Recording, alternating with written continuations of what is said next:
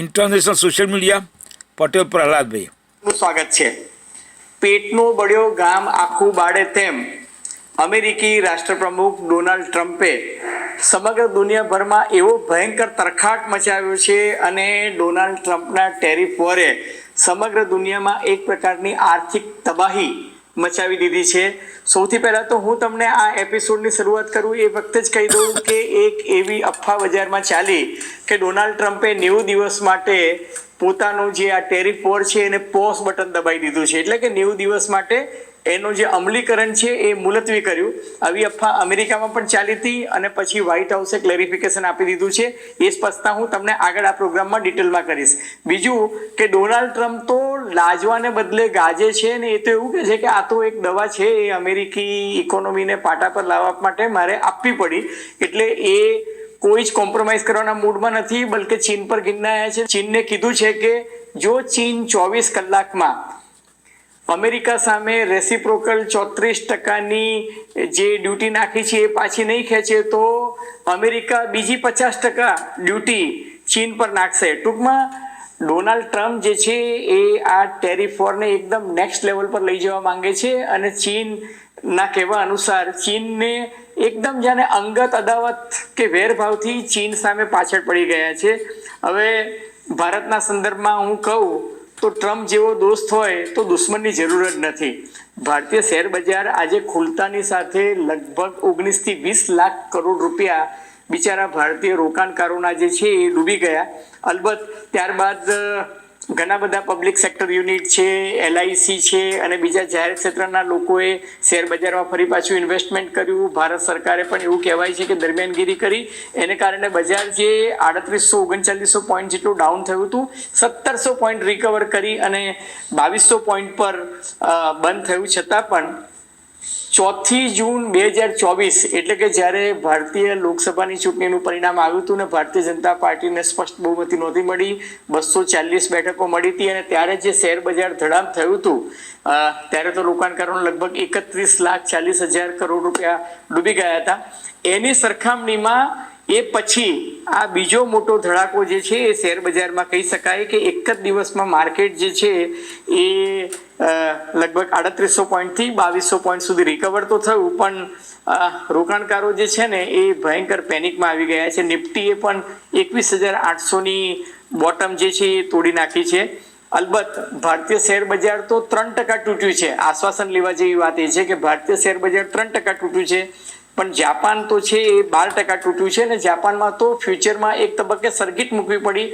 અવારનવાર દુનિયાભરના બધા શેર બજારોમાં સર્કિટ મૂકવી પડી છે. જેમ કે હોંગકોંગ છે એ 1997 પછી પહેલી વખત 15% ડાઉન થયું અને હોંગકોંગની હાલત એટલી બધી ખરાબ હતી કે હોંગકોંગની જે નેશનલાઇઝ બેંક છે અને બીજા બધા PSUs છે એ લોકોએ દરમિયાનગીરી કરવી પડી અને છતાં પણ પેનિક સર્કિટ જે છે અનેક વખત વાગી.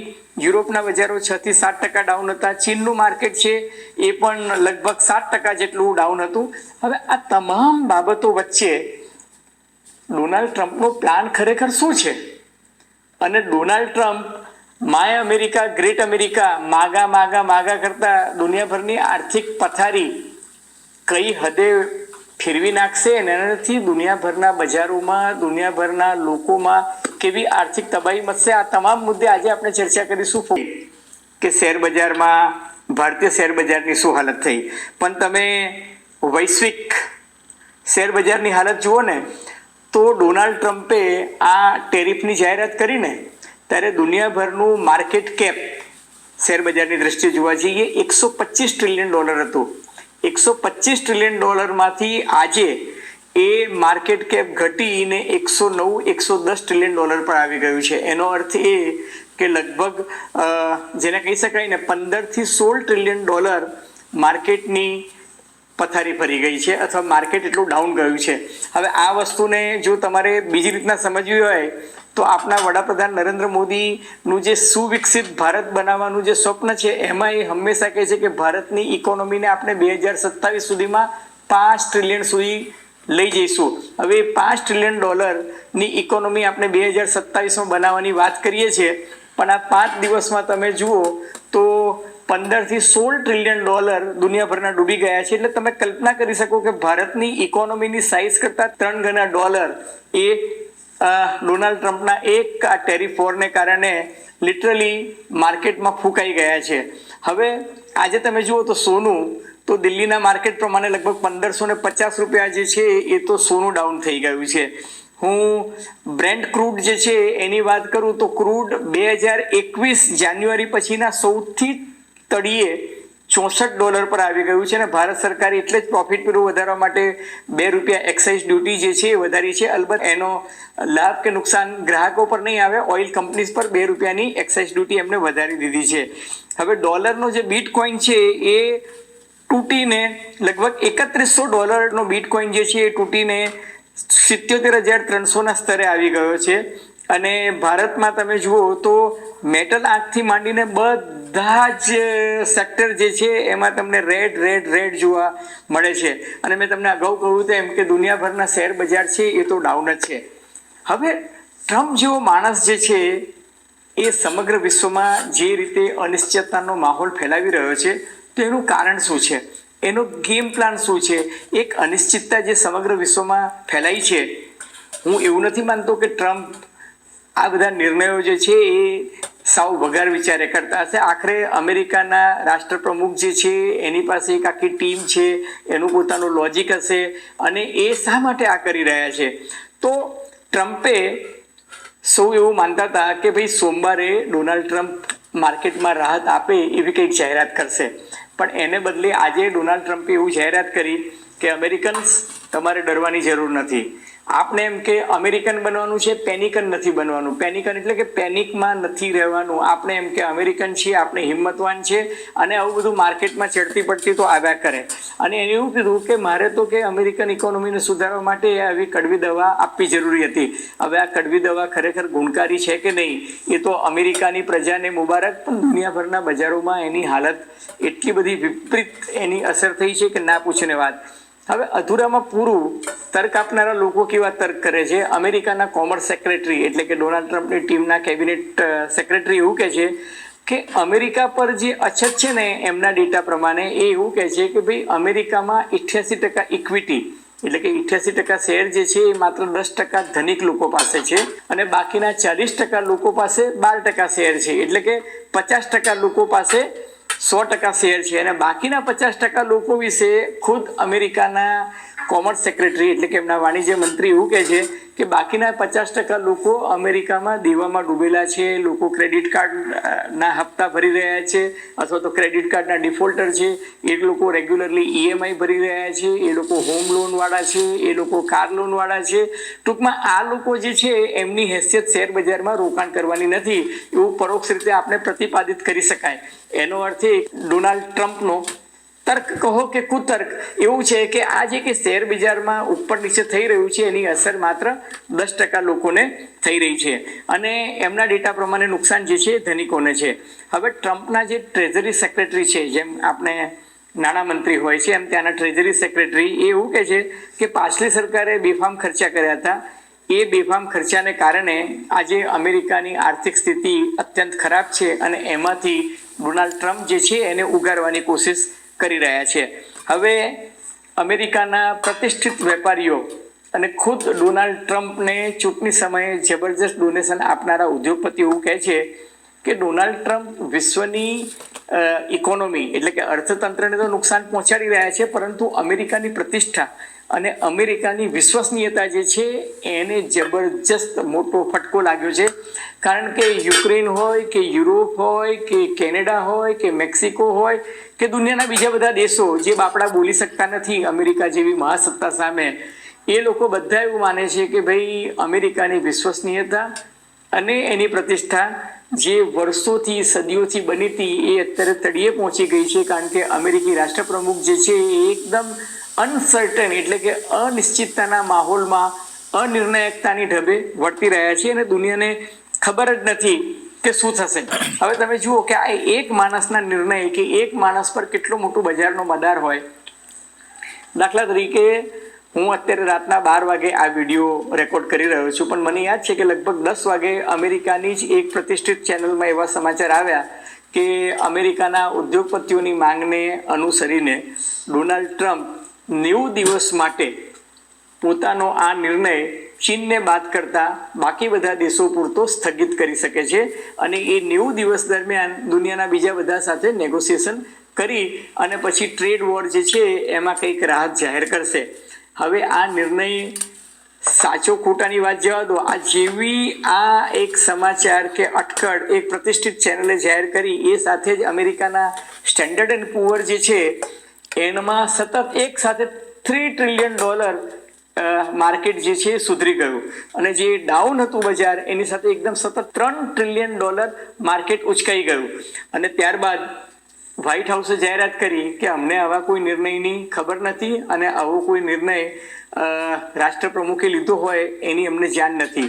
22 મિનિટની અંદર અમેરિકાના રાષ્ટ્રપ્રમુખને એ માટે શાબાશી આપવી પડે કે 22મી મિનિટે એમને સ્પષ્ટતા કરી કે આ ફેક ન્યૂઝ છે અને આવી કોઈ જ નિર્ણય લેવાનું વિચારના અમેરિકી વ્હાઇટ હાઉસ કે અમેરિકી રાષ્ટ્રપ્રમુખ કરતું નથી. એટલે માત્ર 22 મિનિટમાં એમને સ્પષ્ટતા કરી અને જે બજાર $3 ટ્રિલિયન સુધરી ગયું હતું સ્ટેન્ડર્ડ એન્ડ પુઅર એ ફટ લઈને -$2.5 ટ્રિલિયન જતું રહ્યું. તમે વિચારો કે $5.5 ટ્રિલિયન અફડાતફડી એક સાથે માત્ર 22 મિનિટમાં જે છે અમેરિકામાં થઈ ગઈ. હવે ટ્રમ્પ જે છે એ આ શા માટે કરે છે? ટ્રમ્પનું ગેમ પ્લાન શું છે? હકીકત એ છે કે અમેરિકાની ઇકોનોમી આજની તારીખે લગભગ $36 ટ્રિલિયન જેટલી છે અને અમેરિકા પર દેવું પણ લગભગ $36 ટ્રિલિયન છે. અને બીજું કે એ જે $36 ટ્રિલિયન નું જે દેવું થયું છે એ છેલ્લા 5-6 વર્ષમાં થયું છે. એટલે એ પેમેન્ટ જે છે આગામી 3 વર્ષમાં કરવાની એમને ફરજ પડી એવી સંભાવના છે. એટલે ડોનાલ્ડ ટ્રમ્પ એવું માને છે કે હું દુનિયાભરમાં આ પ્રકારની અફડાતફડીનો માહોલ કરું, દુનિયાભરનો વર્લ્ડ ઓર્ડર ચેન્જ કરી નાખું, અમેરિકન ઇકોનોમીમાં department of government efficiency DOGE લાવીને એલોન મસ્ક જેવા સાથીને લાવીને $1 ટ્રિલિયન ત્યાં રોજગારી કાપી નાખું, આ બધા ગતકડા કરી વર્લ્ડ હેલ્થ ઓર્ગેનાઇઝેશનને મદદ બંધ કરી નાખું, એમનેસ્ટી ઇન્ટરનેશનલને મદદ બંધ કરી નાખું. એટલે ટૂંકમાં દરેક જગ્યાએ જે કાપ મૂકે છે એ રીતના એ ઇકોનોમીને થોડીક કટ્ટુ સાઇઝ કરવા માંગે છે. અને બીજું કે આ દેવું ચૂકવવા માટે એમની ગણતરી એવી છે કે જો દુનિયાભરમાં મંદી કે આ જે માહોલ થાય એને કારણે એ પોતાની ફેડરલ બેંકને કહે કે રેટ કટ કરે. જે રેટ કટ આજથી થોડા દિવસો પહેલાં એમને કરાવવાની કોશિશ કરી હતી અને અમેરિકાની ફેડરલ બેંકના ચેરમેન જે છે વડા મિસ્ટર પોવેલ એને સ્પષ્ટ ના પાડી દીધી કે આ નહીં થાય. હવે એમને એવું હતું કે હું આ વ્યાજદર ઘટાડીશ અને આ આખું દુનિયાભરના શેર બજારને બધું ડાઉન થશે એટલે હું મારી ગેમ પ્રમાણે કરીશ અને મારું જે ડેટ જે છે એની સર્વિસ કરી નાખીશ.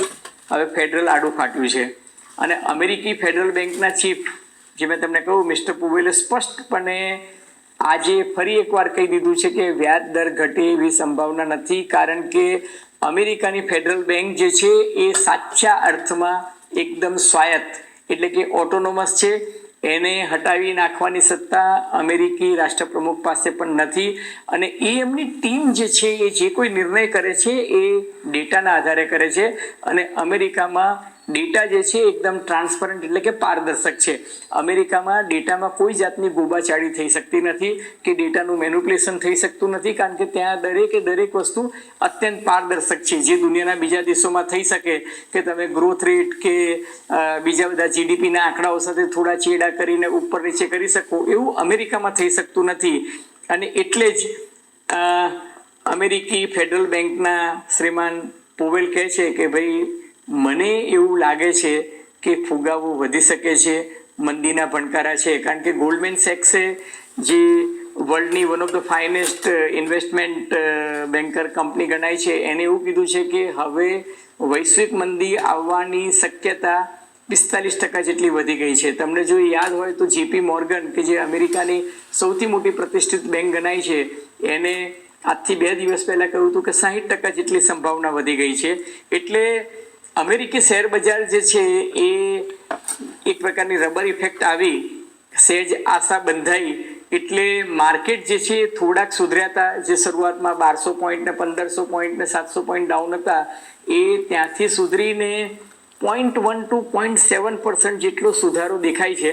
એટલે જે રેડ હતું 10% જેટલું માર્કેટ 2 દિવસ પહેલા એનું ડાઉન હતું, એમાંથી અત્યારે 0.1 to 0.7% એટલે આમ બહુ નહીં, પણ છતાંય નજીવું 5 પોઈન્ટથી લઈને 134 પોઈન્ટ જેટલું ડાઉ જોન્સ ને પછી નાસ્ડેક અને સ્ટેન્ડર્ડ એન્ડ પુઅરમાં હું જ્યારે આ વિડીયો બનાવું છું ત્યારે છે. પરંતુ અનિશ્ચિતતા જે છે એ ભયંકર છે, અને ખાસ કરીને છેલ્લી જે ચીમકી ડોનાલ્ડ ટ્રમ્પે આપી ચીનને કે જો 24 કલાકમાં તમે આ 34% રેસિપ્રોકલ ટેરિફ જે છે એ પરત નહીં ખેંચો તો હું 50% ટેરિફ કરી નાખીશ. એટલે કે જે 54% ટેરિફ જે અત્યારે ચીન પર છે એ 54%ની 74% થઈ જશે, કારણ કે 20% પહેલા હતી, પછી 34% નાખી એટલે ચીને પણ 34% નાખી.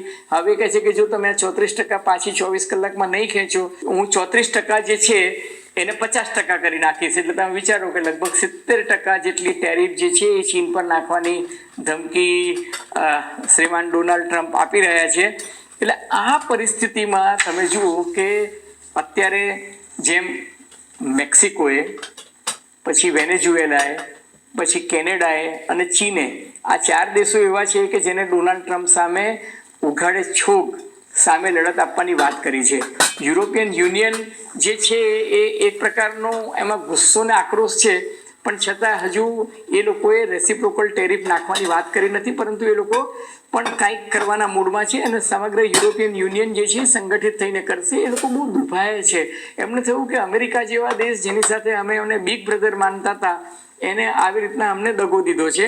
અલબત્ત એ લોકોએ કોઈ જાહેરાત નથી કરી, જેની સામે તમે જુઓ કે ભારત, સાઉથ કોરિયા, જાપાન અને વિયેટનામ એ અમેરિકા સાથે સમાધાન કરવાના મૂડમાં છે. અને જ્યારે ડોનાલ્ડ ટ્રમ્પે રેસિપ્રોકલ ટેરિફ દુનિયાભરના દેશો પર નાખી, ત્યારે એની જે ક્લોઝ છે એમાં 4 નંબરની ક્લોઝમાં એવું લખ્યું છે કે જે દેશ અમારી સાથે સમાધાન કરીને, મંત્રણા કરીને ટ્રેડ બેલેન્સ જો જાળવવાની ખાતરી આપે તો અમે આ રેસિપ્રોકલ ટેરિફ જે છે એ વિડ્રો કરી શકીએ અથવા તો એને ઘટાડી શકીએ. એટલે ભારત, સાઉથ કોરિયા, જાપાન, વિયેટનામ આ બધા દેશોને એવું લાગે છે કે અમેરિકા સાથે સમાધાન થાય, અને શક્ય છે કે અમેરિકા સમાધાન કરવાની દિશામાં પેલું અંગ્રેજીમાં કહે છે ને ઓલિવ બ્રાન્ચ, એટલે જસ્ટ એક લિટમસ ટેસ્ટ કરે પણ ખરા. અલબત્ત અનિશ્ચિતતાનો માહોલ છે, એની વચ્ચે ભારતની હાલત ખરેખર પતલી છે. કારણ કે તમે જુઓ કે જે વિદેશમાં આપણે નિકાસ કરતા હતા, દાખલા તરીકે સી ફૂડ છે, અથવા તો આયરન છે, સ્ટીલ છે, ડાયમંડ છે, ઇલેક્ટ્રોનિક ગુડ્સ છે, ટેક્સટાઇલ છે, જૂતા છે જેને ફૂટવેર કહીએ છીએ આપણે, આ બધી વસ્તુ, ઇવન લેધર ગુડ્સ, આ બધી વસ્તુની જે નિકાસ છે એને નિકટના ભવિષ્યમાં કમસે કમ 15થી 20% જેટલો ફટકો પડશે. ટૂંકમાં છે ને પેલું કહે છે ને કે આખલાઓની લડાઈ અથવા તો પાડાઓની લડાઈમાં છેલ્લે ઘાસનો ખો નીકળી જાય, એમાં અમેરિકા અને ચીન વચ્ચેની લડાઈમાં ભારત જેવા દેશો કે જે વિકાસશીલ છે, જે વિકસિત થવા માંગે છે, એ લોકોની આર્થિક હાલત જે છે એ ભયંકર ખરાબ થઈ શકે છે. આ માહોલ જે છે અત્યંત અનિશ્ચિતતાનો છે, અરાજકતાનો છે, અનિર્ણાયકતાનો છે. અને એટલે જ એનું મુખ્ય કારણ એ છે કે ડોનાલ્ડ ટ્રમ્પ અત્યંત જડ વલણ ધરાવે છે. એની સામે ફેડરલ જે છે એ રેડ કરવા માંગતું નથી. ચીન જે છે એ મેક્સિકો અને કેનેડાની જેમ લડાયક મૂડમાં છે, અને દુનિયામાં ટેરિફ વોર જે છે એ વધી શકે છે. ત્યારે ભારતીય સરકારે અત્યારે એક પ્રકારે બધા જ ઇન્ડસ્ટ્રીયલિસ્ટોને સાથે મળીને એક નિકાસકારો સાથે ચર્ચા કરવાની શરૂઆત કરી છે. અને તમે જુઓ કે ભારત સરકાર પારોડના પગલાં તો ભરી રહી છે, પણ at the same time America સાથે નેગોશિએશન પણ કરી રહી છે. આપણે ઈચ્છીએ કે એમાંથી કંઈક સારો રસ્તો નીકળે, પરંતુ ત્યાં સુધી હમણાં આ શેર બજારમાં કોઈ પણ જાતના ગતકડા કરવા જેવા નથી. કેટલાક રોકાણકારો, કેટલાક લોકો સલાહ આપે છે કે અત્યારે સારો માહોલ છે, પરંતુ મારી સલાહ છે થોભો અને રાહ જુઓ, અને તમારા તજજ્ઞ લોકો શું સલાહ આપે છે એને જ અનુસરજો. Focal point by